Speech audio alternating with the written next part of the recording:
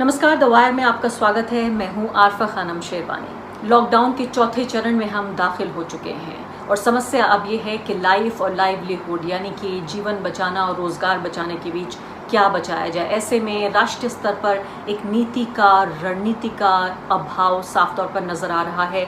मोदी सरकार के इर्द गिर्द ऐसा लगता है कि अहंकार का पूरा एक घेरा है जिसमें वो अपने आलोचकों, एक्सपर्ट्स, पत्रकारों, विपक्ष किसी की आवाज़ नहीं सुनना चाहती है। और ऐसे में बार बार ये बताया जा रहा है कि इस लॉकडाउन के बावजूद भी नरेंद्र मोदी की अपनी निजी जो लोकप्रियता है वो भी बढ़ रही है। हम ये भी देख रहे हैं कि किस तरह से भाजपा 6 साल मोदी सरकार के उसका जश्न मना रही है, ऐसे वक्त में जबकि मजदूर इतनी गंभीर समस्याओं से जूझ रहे हैं, जहां उनके जान माल किसी भी चीज़ की कोई गारंटी नहीं है।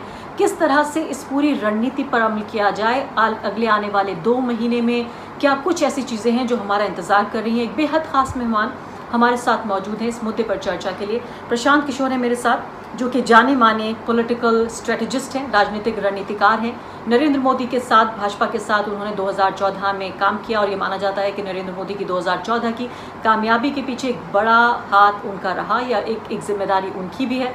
और इसके अलावा वो राजनीति जानने के अलावा पब्लिक हेल्थ भी जानते हैं। यूनाइटेड नेशन में 8 साल उन्होंने पब्लिक हेल्थ के क्षेत्र में काम किया। तो इस पूरे पब्लिक हेल्थ के नज़रिए से इस पूरी समस्या को किस तरह देखा जाए, क्या वाकई जो राजनीति है हमारी और जो प्रधानमंत्री हैं, जो भाजपा है, वो इस वक्त को, इस इमरजेंसी को, आपातकाल को एक तरह से अपनी पावर को कंसोलिडेट करने के लिए इस्तेमाल कर रही है। और इसके अलावा विपक्ष क्या कर रहा है, असहमति की जो आवाज़ें हैं वो क्या कर रही हैं, और साथ ही आने वाले 2 महीने हमारा किस तरह के मुद्दों से हम जूझेंगे, इस सब पर हम उनसे बातचीत करेंगे। प्रशांत जी, सबसे पहला मेरा सवाल यही है कि लॉकडाउन 1 का अगर हम जिक्र करें तो उस वक्त 500 से कम केसेस थे लॉकडाउन के दौरान।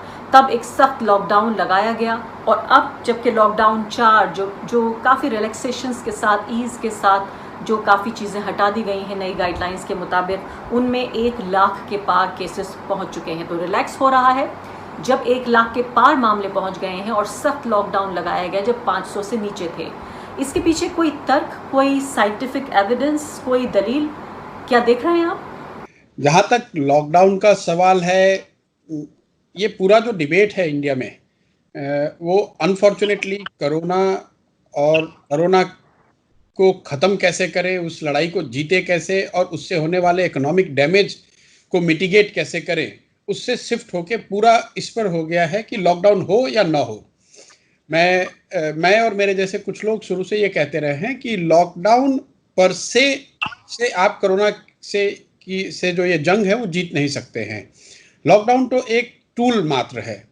बहुत लोगों का ये मानना है, सीधा सवाल ये लोग पूछते हैं कि आप लॉकडाउन के पक्ष में हैं या पक्ष में नहीं हैं। मैं ये कहता हूं कि लॉकडाउन एक टूल है आपके हाथ में, so long you use it as part of a public health response.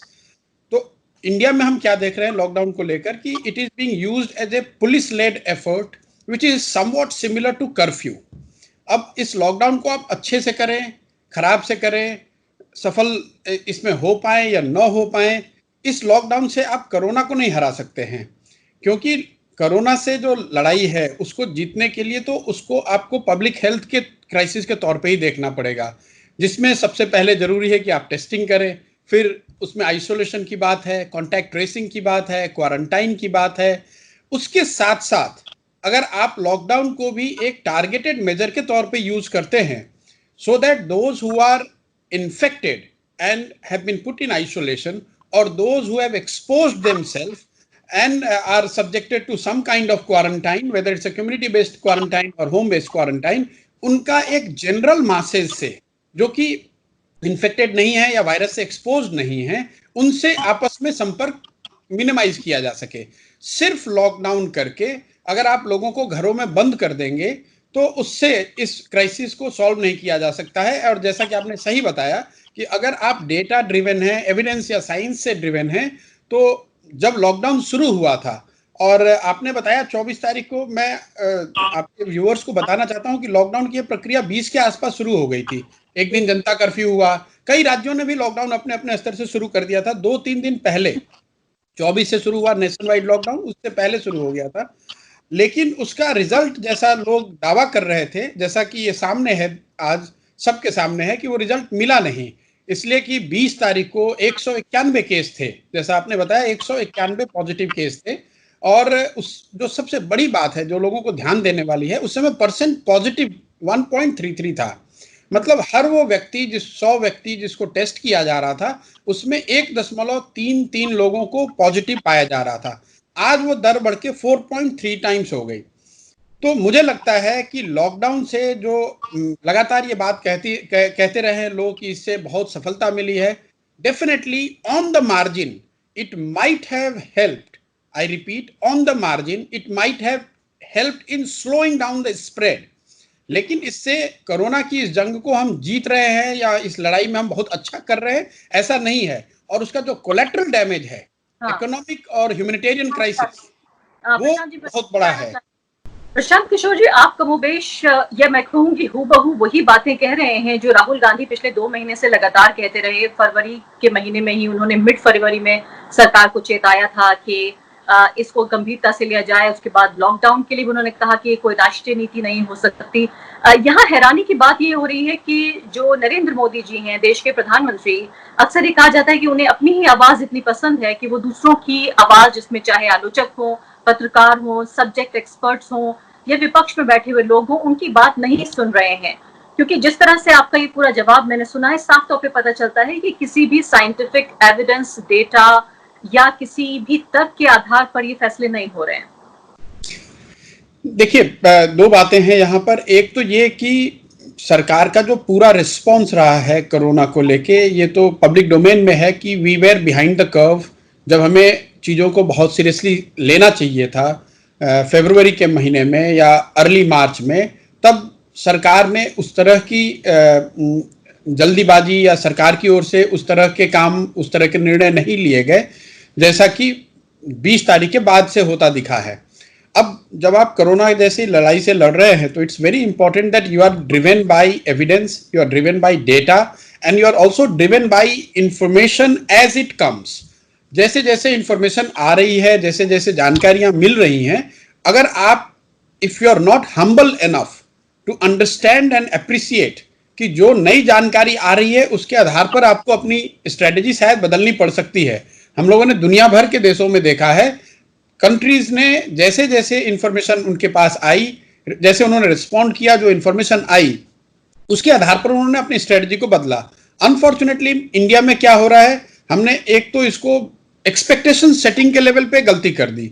ऐसा हम लोगों ने देश के लोगों को ऐसा बताने की कोशिश करी गई, या कुछ लोगों ने ऐसा समझा कि ये कोई ऐसी बीमारी है या ऐसी समस्या है जिसको 2-4 दिन, 5 दिन, 10 दिन में खत्म किया जा सकता है। जैसा कि आपने देखा होगा, एक दिन का जनता कर्फ्यू हुआ, शाम में जो हर्षोल्लास का माहौल आपको सड़कों पर दिखा, वो अपने आप में एक अजूबा दृश्य था कि भाई एक दिन आपने जनता कर्फ्यू कर दिया, बहुत अच्छा है, लेकिन उससे और कोरोना की लड़ाई के खत्म होने का कोई तालमेल नहीं है। फिर ये बताया गया कि महाभारत की लड़ाई 18 दिन में जीती गई थी, कोरोना की लड़ाई 21 दिन में जीती जाएगी, तो 21 दिन का लॉकडाउन आपने कर दिया। अब 21 दिन के लॉकडाउन के समय अगर आप देखेंगे तो ज्यादातर लोग across the board, across the party line, I dare say this, कि ज्यादातर चीफ मिनिस्टर्स वगैरह ने भी सबने कहा कि ये बहुत अच्छा निर्णय है, इससे बहुत अच्छा रिजल्ट आएगा। लेकिन एविडेंस सामने है, डेटा सामने है, रिजल्ट आपको जैसा चाहते थे वैसा मिला नहीं।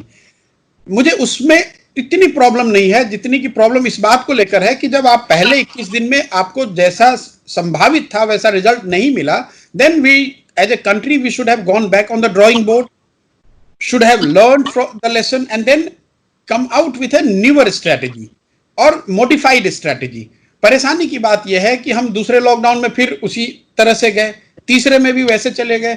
मुझे ये परेशानी नहीं है कि आप 200 से बढ़ के आज 1 लाख हो गए, ये तो एक बड़ी परेशानी है, लेकिन उससे भी बड़ी परेशानी जो है, जो मुझे समझ में आ रही है कि आप 31 मई को भी इसी स्थिति में रहेंगे जब आपके पास कुछ ये पता नहीं रहेगा कि आगे इसको हमें डील कैसे करना है। और हर बार लॉकडाउन के वेरियस एस्पेक्ट्स को कम या ज्यादा करना, वो कोरोना से लड़ाई का उसका कोई, जैसा मैंने पहले प्रश्न के जवाब में बताया, उसका कोई सीधा लेना देना है ही नहीं। दुकानें खुल रही हैं कि नहीं खुल रही हैं, किस बस में कितने लोग बैठेंगे, कौन सी ट्रेन चलेगी और नहीं चलेगी, इसका सीधा सरोकार कोरोना से नहीं है, ये ऐड ऑन है। मुझे लगता है कि नई स्ट्रेटेजी जब भी बने, अगर बनती है तो उनको ये देखना है कि भाई हमें टेस्टिंग कैपेसिटी अपनी कैसे बढ़ानी है। क्या हमें फैसिलिटी बेस्ड सर्विलेंस सिस्टम बनाना पड़ेगा इस कंट्री में? क्या हमें कम्युनिटी बेस्ड रैंडम टेस्टिंग करनी पड़ेगी? अगर हम आइसोलेशन को लेकर कंट्री की पॉलिसी क्या है? should we only go for isolation, hospital based isolation, or we are looking for options of home based isolation in the cases which are not severe? Debate इस पर होना चाहिए। यहां पर इंडिया में क्या है कि हम लोगों ने लॉकडाउन को ही एक पेनेशिया बना लिया है कि लॉकडाउन होता रहेगा तो उससे कोरोना खत्म हो जाएगा। मैं आपको दावे के साथ कह सकता हूं अपने लिमिटेड विजडम में कि आप चाहे लॉकडाउन जितने दिन करा लीजिए, उससे कोरोना खत्म नहीं होगा। तब तक खत्म नहीं होगा जब तक कि जिनको कोरोना है उनको हम टेस्ट करके आइडेंटिफाई न करें, जिनको पॉजिटिव है उनको आइसोलेट न किया जाए, जो इस पॉजिटिव लोगों से जिनका एक्सपोजर है उनको क्वारंटाइन में ना डाला जाए, और फिर टारगेटेड लॉकडाउन को उपयोग किया जाए ताकि वो जो लोग इस तरह वायरस से एक्सपोज्ड हैं या जिनको वायरस है उनसे और जनरल कम्युनिटी के बीच में एक दीवार खड़ी की जा सके। बजाय उसके आप लगातार लॉकडाउन किए जा रहे हैं और देश की सारी एनर्जी इस बात पर लगी हुई है कि लॉकडाउन का स्वरूप क्या हो। जी हाँ, बिल्कुल आप ठीक कह रहे हैं। और 31 मई नहीं, हम 31 अगस्त को भी यहीं खड़े होंगे अगर इसी तरह से लॉकडाउन आगे बढ़ाते रहेंगे। बल्कि जो स्टडीज हैं वो आ रही हैं, वो ये कह रही हैं कि जो पीक करने की बात थी, मई में पीक होना था, वो लगता है अब शिफ्ट होके सिर्फ हमने उसे शिफ्ट कर दिया है कि अगस्त तक जो है वो पीक करेगा, तब जाके केसेस होंगे। पूरी दुनिया में हो सकता है कि हमारे यहाँ भारत में सबसे ज्यादा केसेस हुए हैं, जिसमें आबादी भी एक बड़ी वजह है और जिस तरह से हमने इसको मिसमैनेज किया है। श्याम किशोर जी, मैं आपसे ये जानना चाहती हूँ कि राजनीति के स्तर पर, नीति निर्धारण के स्तर पर पिछले 2 महीने में साफ तौर पर गलतियां हुई हैं सरकार से। जिसको बेसिक साइंस आता है, जिसको बेसिक मैथ्स आता है और जिसको बेसिक पॉलिटिक्स भी आती है, वो ये अच्छी तरह बता सकता है कि हमने गलतियां की हैं, गलतियां नहीं की हैं बल्कि ब्लंडर जिसे कहते हैं, घोर गलतियां की। क्या हम ये उम्मीद कर सकते हैं कि हमारे देश की सरकार, देश के प्रधानमंत्री जनता से माफी मांगे या ये कहें कि हमसे अब तक भूल हुई समस्या को समझने में? लेकिन आज 19 मई के दिन मैं बैठ रहा हूं तमाम चीफ मिनिस्टर्स के साथ, एक्सपर्ट्स के साथ, और बैठ के अब हम ये तय करेंगे कि 130 करोड़ लोग बीमारी से भी कैसे बचेंगे और वो भूखे भी ना मरें। तो लाइफ और लाइवलीहुड, इन दोनों का जो एक बैलेंस है वो बनाया जा सके। देखिए, कौन किसके साथ बैठेगा और किस विषय पर निर्णय लेगा, माफी मांगने की बात तो बहुत आगे की है। सबसे बड़ी बात है कि जब तक आप ये स्वीकार नहीं करेंगे कि आप किसी बड़ी समस्या से डील कर रहे हैं, तब तक उसके सॉल्यूशन की कोई संभावना ही नहीं बनती है। अगर कोई परेशानी इस सरकार के नीति में मैं देखता हूं तो वो ये है कि हम ये मानने को तैयार ही नहीं है कि समस्या बड़ी है और उस समस्या से अब तक जो किया गया है वो हमें वो रिजल्ट नहीं दे रहा है जिसकी की अपेक्षा रखी जा रही थी। अभी भी आप इस बात को ही जबरदस्ती समझाने की कोशिश कर रहे हैं कि दूसरे देशों के मुकाबले हम लोग इस इंडिकेटर पे बेहतर हैं, अगर नहीं करते तो ऐसा होता तो कैसा होता। ये बेकार की बातें हैं। मैं आपको बताऊं, जितने लोग डेटा दिखा रहे हैं, जैसा आपने कहा, आपको कोई एपिडेमियोलॉजिस्ट और पब्लिक हेल्थ एक्सपर्ट नहीं होना है, कोई आपको डेटा साइंटिस्ट नहीं होना चाहिए। 4 चीजों का अगर आप ध्यान रखें कि भैया टेस्टिंग कितनी हो रही है देश में कोरोना को लेकर। टेस्टिंग के मामले में मैं आप ऑन रिकॉर्ड बताना चाह रहा हूं, आज हम लोग जो G20 हैं, आज भी हम लोग उसमें 18वें नंबर पर हैं। तो 60 दिन हमने टेस्टिंग अपनी बढ़ाई इन ग्रॉस टर्म्स, लेकिन जितनी बढ़ानी चाहिए थी वो बढ़ाया नहीं। दूसरा, परसेंट पॉजिटिव, जितने लोगों को टेस्ट कर रहे हैं उतने में उसमें कितने लोगों को कोरोना पॉजिटिव पाया जा रहा है, वो करीब करीब 4 गुना पिछले 50 दिनों में वो बढ़ा हुआ है। तीसरा इंडिकेटर जो है कि जितने लोगों को पॉजिटिव हो रहा है, जितने लोगों को कोरोना हो रहा है, उसमें से कितने लोगों की अनफॉर्चुनेट मृत्यु हो रही है, वो प्रतिशत आज 3.2% है। और चौथी बात जो है कि कितने डिस्ट्रिक्ट में इसका स्प्रेड है। जब लॉकडाउन शुरू हुआ था तो करीब 61 डिस्ट्रिक्ट से कोरोना के केस बताए जा रहे थे, अभी वो संख्या बढ़कर करीब करीब 600 डिस्ट्रिक्ट की हो गई है। अब जियोग्राफिकल स्प्रेड आपका बढ़ता जा रहा है, केस लोड बढ़ता जा रहा है, फेटेलिटी बढ़ती जा रही है। तो आप चाहे जितने तरह के ग्राफ बनाकर लोगों को भ्रम फैलाते रहेंगे, तो लोग को भ्रम फैलाएंगे, वो तो एक बात है। उसकी बड़ी कीमत यह है कि आप स्वयं ये स्वीकार ही नहीं कर रहे हैं कि हमारी ये समस्या को हम टैकल नहीं कर पा रहे हैं, और जब तक आप वो करेंगे नहीं तब तक कोई इसका करेक्टिव मेजर होगा नहीं। वो देश के लिए बड़ी चिंता की बात है। And I dare say I see a real catastrophe, we are looking at a real catastrophe, possibility of a real catastrophe, because एक तो पब्लिक हेल्थ की जो समस्या थी वो सॉल्व हुई नहीं, और ये जो पूरा इकोनॉमिक मिसमैनेजमेंट और माइग्रेंट का जो इशू खड़ा हो गया, जिसको कंप्लीटली सरकार ने 2 महीने इग्नोर किया, we have also added on an a big humanitarian crisis. और अब जब आपने 50-60 दिन के बाद लोगों को कुछ हद तक आना जाना आपने ओके कर दिया, आपने अलाउ कर दिया, तो अब आप ये कर रहे हैं कि पहले जो लोग इन्फेक्टेड नहीं थे, पहले तो 60 दिन तक आपने उसको एक हाई रिस्क सेटिंग में एक्सपोज किया वायरस स्प्रेड को लेकर। जब उनमें से कई लोगों को वायरस स्प्रेड हो गया, तो अब आप उनको अलाउ कर रहे हैं कि आप देश के हर कोने में जहां से आए हैं वहां चले जाइए। So effectively now you are exposing the rural India, which until now has been by and large relatively has been reporting very less number of cases. अब आप शहरों से जो बड़ी संख्या में लोग वापस जा रहे हैं, जो कि जाना ही पड़ेगा। अगर ये करना ही था तो जो शुरू से मांग हो रही थी कि जब आपने लॉकडाउन किया था तो पहले ही 8 दिन या 10 दिन में आपको सेफ पैसेज बनाकर इन लोगों को शिफ्ट करना चाहिए था। और अगर आपने उस समय नहीं किया और अगर आप आज कर रहे हैं, तो कम से कम आपकी इतनी टेस्टिंग कैपेसिटी होनी चाहिए थी कि जब बॉम्बे से, दिल्ली से, बैंगलोर से जब लोग ट्रेन पर बैठ रहे हैं तो आप उनको टेस्ट कर लीजिए। जब तक वो कलकत्ता, पटना, लखनऊ पहुंचेंगे तब तक आप वहां से सूचित कर सकते हैं कि इस ट्रेन में बैठे हुए 1200-1500 लोगों में 6 लोगों को कोरोना पॉजिटिव है, उसको सरकार वहां से उतार सकती है। आपने वो किया नहीं। अब क्या हो रहा है, लोग आप एक बार को बसों से, ट्रक से, रोड से जो आ रहे हैं उनकी तो कोई गिनती नहीं है। ट्रेन से भी जो बंदा आ रहा है, 1250-1500 लोग आ रहे हैं, और वो आ कहां से रहे हैं? इंडस्ट्रियल बेल्ट से आ रहे हैं, जहां पर शहरों में जहां सबसे ज्यादा कोरोना की महामारी फैली हुई वहां से आ रहे हैं। और पिछले 50 दिन तक उन्होंने क्राउड में खाने के लिए, टिकट के लिए, साधन के लिए अपने आप को पूरी तरह से एक्सपोज किया है वहां के जो सेटिंग है उसको। अब आप उसको वापस भेज रहे हैं उन एरियाज में जहां पर कोरोना है नहीं अभी या बहुत कम है। तो आप तो दोनों ओर से मर गया आदमी। पहले आपने उसको भेजा नहीं, और जब आप भेज रहे हैं अभी तो उसको टेस्ट नहीं कर रहे हैं, तो जो कम्युनिटी अभी तक सेफ बची हुई थी वो भी अब कोरोना से पॉजिटिव जो लोग हैं उनको आप एक्सपोज कर रहे हैं।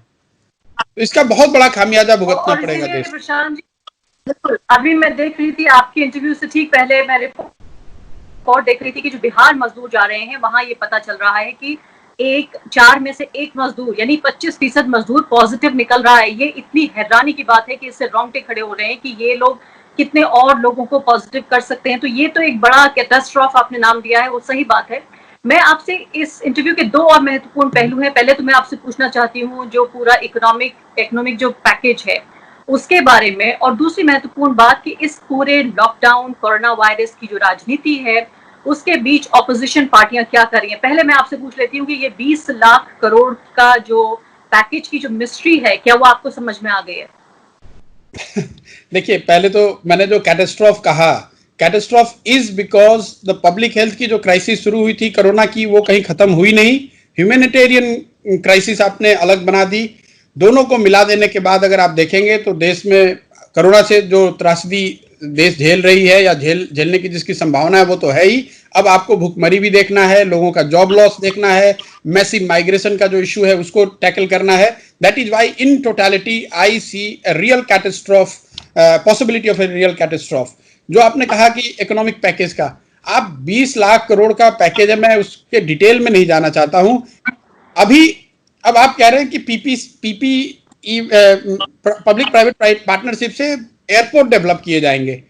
उस चीज में अगर आप 1 लाख करोड़ रुपए लगा रहे हैं कि 10,000 रुपए करोड़ लगा रहे हैं, वो एक गणना की बात है। उसका और आज के क्राइसिस से क्या लेना देना है? आप स्पेस में प्राइवेट टूरिज्म खोल रहे हैं, उसका और जो मजदूर रोड पर खड़ा है उससे क्या लेना देना है? देश में टेस्टिंग जितनी होनी चाहिए वो नहीं है, या वेंटिलेटर्स नहीं है, या पीपीई नहीं है, उस पर बात न करके जो इस समस्या से सीधे, ये तो ऐसे हो गया कि कोई पेशेंट आईसीयू में है और आप उसको ये बता रहे हैं कि आप मैराथन कैसे दौड़ सकते हैं, या आप कोई आपको आके इस चीज का रिज्यूम दे रहा है कि आप अपनी फिटनेस कैसे इंप्रूव कर सकते हैं। भाई पहले आईसीयू से निकलेगा तब तो अपनी फिटनेस बनाएगा।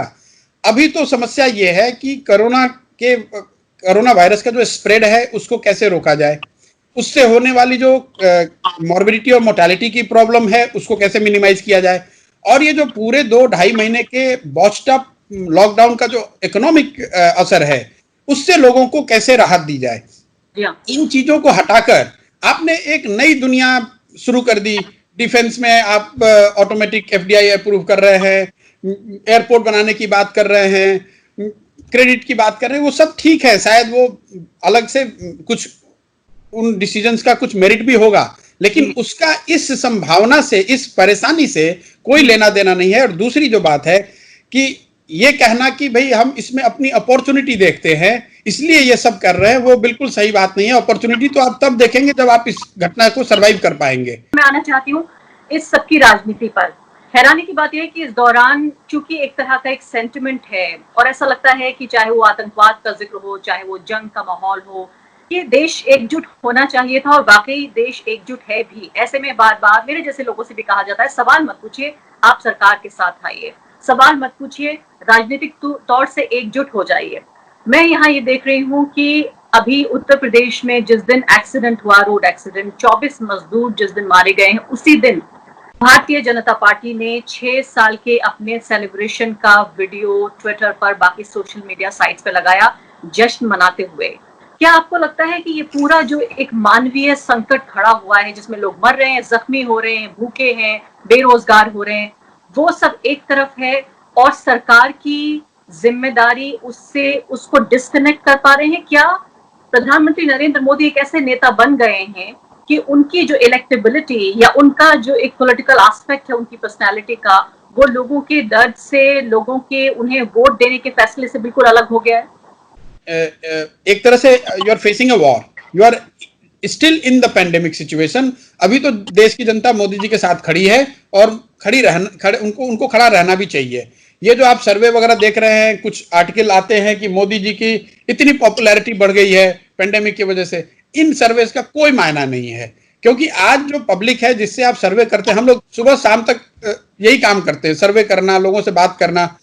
मेरा अपना ओपिनियन यह है कि अगर आप जाकर आज किसी से बात करेंगे तो वो उसके दिमाग में ये बात ही नहीं है अभी कि मैं मोदी जी का आकलन करूं, कि राहुल जी का आकलन करूं, कि नीतीश कुमार का आकलन करूं।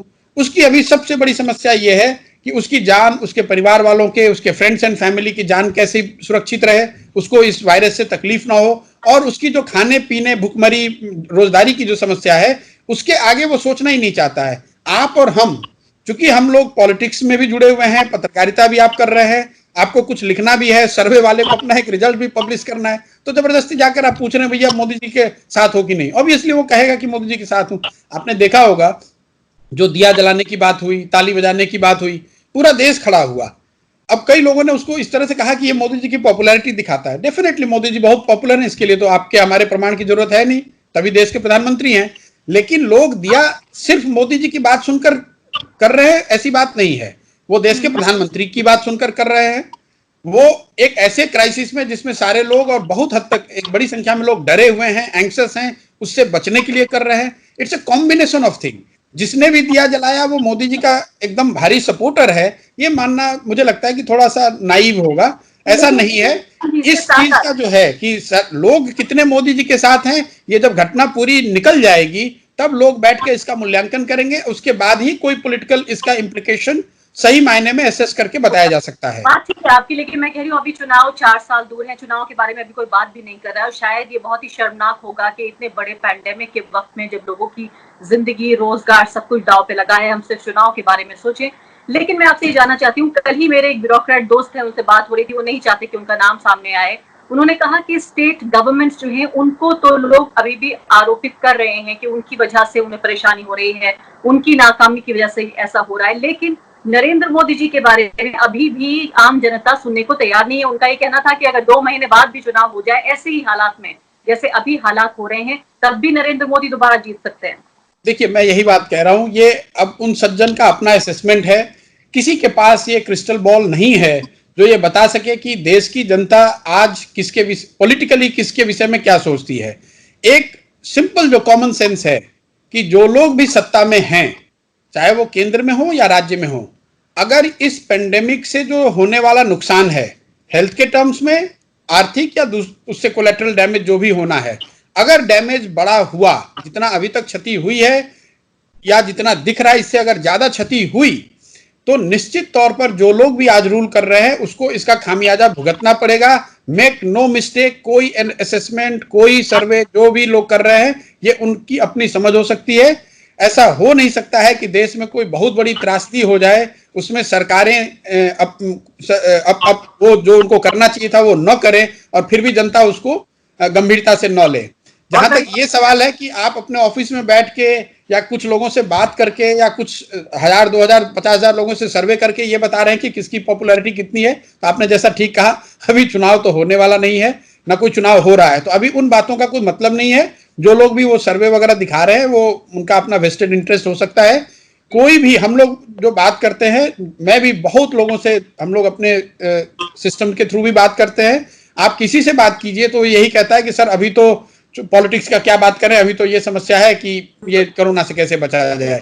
तो अब बड़ा सवाल अब आगे ये पैदा हो रहा है कि जिस तरह से हम ये देख रहे हैं कि पैंडेमिक का पूरा लॉकडाउन को एक्सप्लॉइट करके जो विरोधी लोग हैं, जो असहमति की आवाजें हैं, उनको दबाने की जो कोशिश हो रही है, साफ तौर पर ऐसा लग रहा है कि जैसे एक लोकतंत्र जो है वो अपने आप को अबेंडन कर रहा है, तानाशाही की तरफ बढ़ते हुए कदम लगातार नजर आ रहे हैं। और सरकारों को तो ये सूट करता है कि लॉकडाउन जो है वो जितना लंबा चाहे लगा दिया जाए, जो राइट्स हैं उन्हें सप्रेस कर दिया जाए, जो फ्रीडम्स हैं उन्हें कमजोर कर दिया जाए। मैं खासकर जिक्र करना चाहती हूँ उन लोगों का, उन पत्रकारों का जिनके ऊपर हमला हो रहा है, उन खासकर जो एक्टिविस्ट जो एनटीसीए एनआरसी प्रोटेस्ट में शामिल रहे, जिनको दिल्ली दंगों में शामिल बताकर उनके ऊपर आतंक विरोधी कानून लगाए जा रहे हैं। इस सब को आप कैसे देखते हैं? क्या ये बदले की राजनीति है?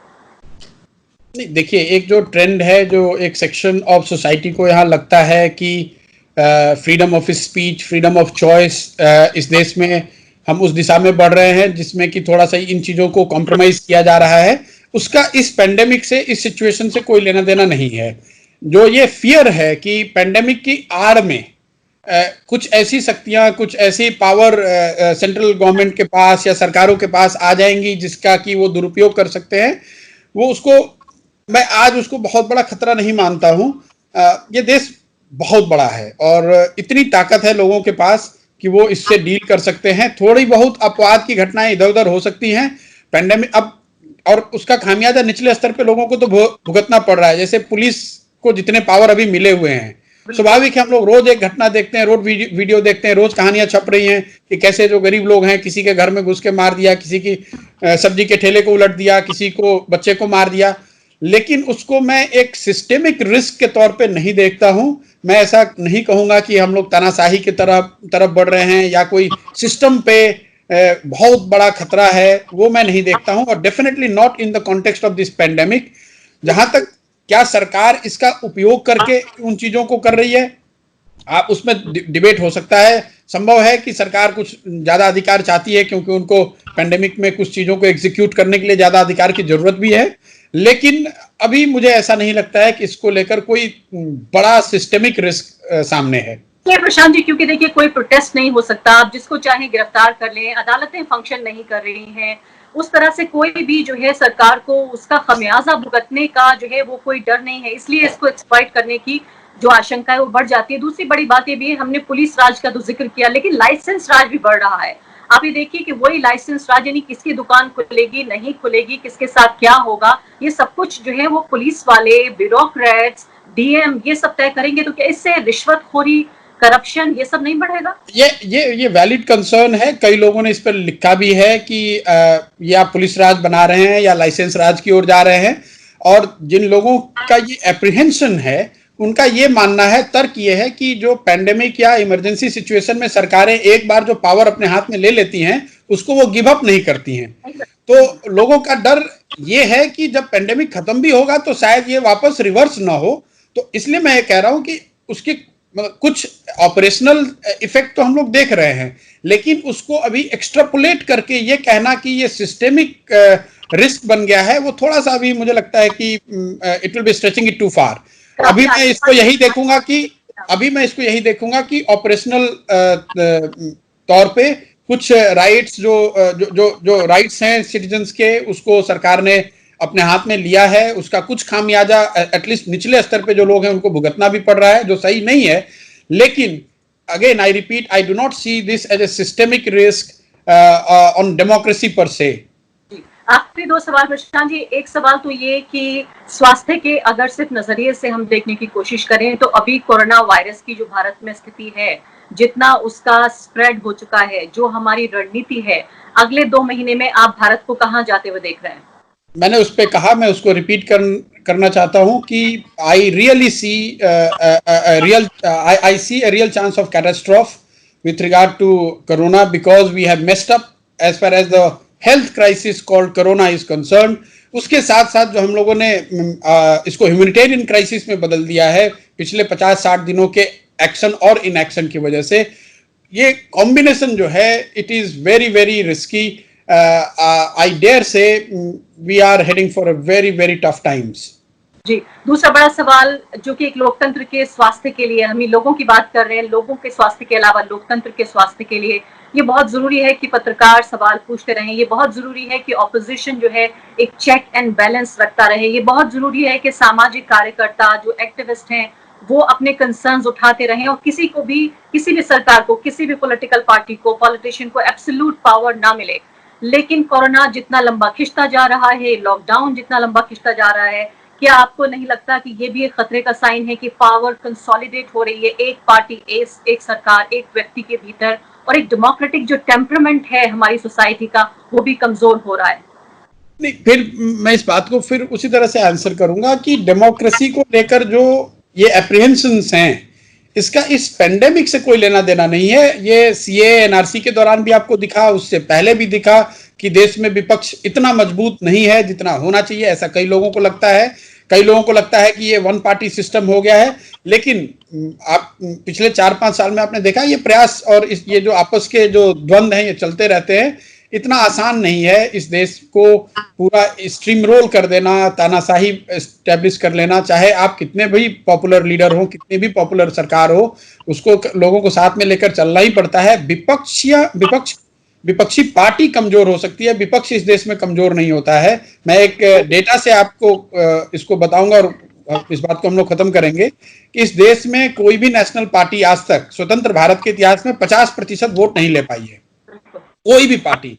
ये दिखाता है कि किसी भी ऑन एनी गिवन डे और ईयर और month no party has got more than 50% vote, meaning there has always been more people who are opposed to you, your idea, your narrative, your proposition than those who are in support of you। तो इस देश का विपक्ष कभी खत्म नहीं हो सकता है और होना भी नहीं चाहिए। वो देश की ताकत है, लोकतंत्र की ताकत है। जब तक वो बनी हुई है इस देश में कोई बहुत बड़ा सिस्टेमिक रिस्क मैं नहीं देखता हूं। टेम्पररी तौर पे कुछ चीजें ऊपर नीचे हो सकती हैं, लेकिन सिस्टमिक तरीके से एक कोई नई व्यवस्था बन जाएगी ऐसा मैं नहीं देखता हूं। प्रशांत जी, आखिरी सवाल कि आपके जैसा ज़हीन बुद्धिमान व्यक्ति हमारे देश की राजनीति, मैं खुद ही पर्सनली चाहूंगी कि आप जो है इसका हिस्सा रहें। क्या आप जो है वो हाथ जला के वापस आ चुके हैं, फिर से एक पॉलिटिकल स्ट्रेटेजिस्ट बन गए हैं, या अभी भी जो नेता बनने का, सियासत का एक एक्टिव पार्ट बनने का सपना जिंदा है? नहीं, मैं पॉलिटिशियन ही हूं और ये जो स्ट्रेटेजिस्ट वर्ड है ये तो मीडिया ने या जो लोग बाहर से ऑब्जर्व करते हैं उनको ऐसा लगता है। मैं अपने आप को राजनीतिक सहयोगी ही मानता हूं जिनके साथ भी मैं काम करता हूं, कोई स्ट्रेटेजिस्ट वाली बात है नहीं। और बिहार के, चूंकि मेरा दायरा छोटा है, मैं इतना बड़ा नाम हूं नहीं, मैं इतने बड़े मेरी कोई पेडिग्री, मेरा कोई इनहेरिटेंस है नहीं, तो बिहार के संदर्भ में मैं वहां पर जो कर सकता हूं as a political activist, as a political leader, वो कर रहे हैं। और बाहर, दूसरे बिहार के बाहर जहां पर भी मैं पॉलिटिकल एड, राजनीतिक सहायक के तौर पे जिनके साथ जुड़कर, जिनसे मेरा तालमेल हो या जो लोग मेरे से जुड़कर काम करना चाहते हैं उनके साथ जुड़कर उनके साथ काम कर रहे हैं। अगला चुनाव लड़ेंगे बिहार में? नहीं, मैंने पहले भी कहा है कि मेरा चुनावी राजनीति में अभी तुरंत आकर कुछ करने की ऐसी कोई संभावना मैं नहीं देखता हूं खुद के लिए। मुझे लगता है कि कुछ भी बड़ा काम करने से पहले आपको अपने आप को समय देना चाहिए, उसको करके 5 साल 10 साल सीखना चाहिए।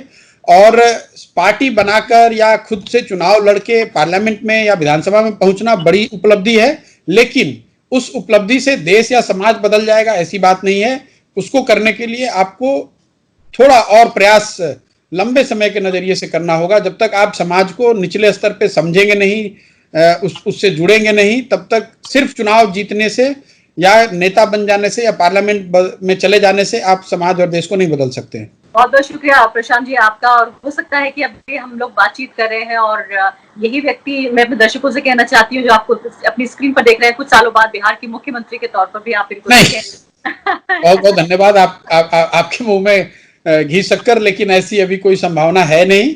बिहार में मुख्यमंत्री बने हुए हैं। अभी तो आपको और आपके माध्यम से आपके दर्शकों से हम लोग को यही अनुरोध करना चाहिए कि नीतीश जी वहां बिहार के लोगों के लिए कुछ अच्छा करें। जो लोग बहुत परेशानी में हैं, खासकर बिहार के जो मजदूर हैं, पूरे देश में मारे मारे फिर रहे हैं। ये सेंट्रल गवर्नमेंट की ये बहुत त्रासद बात है कि जो आज सरकार है दिल्ली में, वो यूपी और बिहार के चुने लोगों के वोट की बदौलत है। सबसे बड़ी संख्या में जिन लोगों ने वोट किया है वो यूपी और बिहार के लोग हैं, और आज इन्हीं राज्यों के लोग दर दर की ठोकरें खा रहे हैं।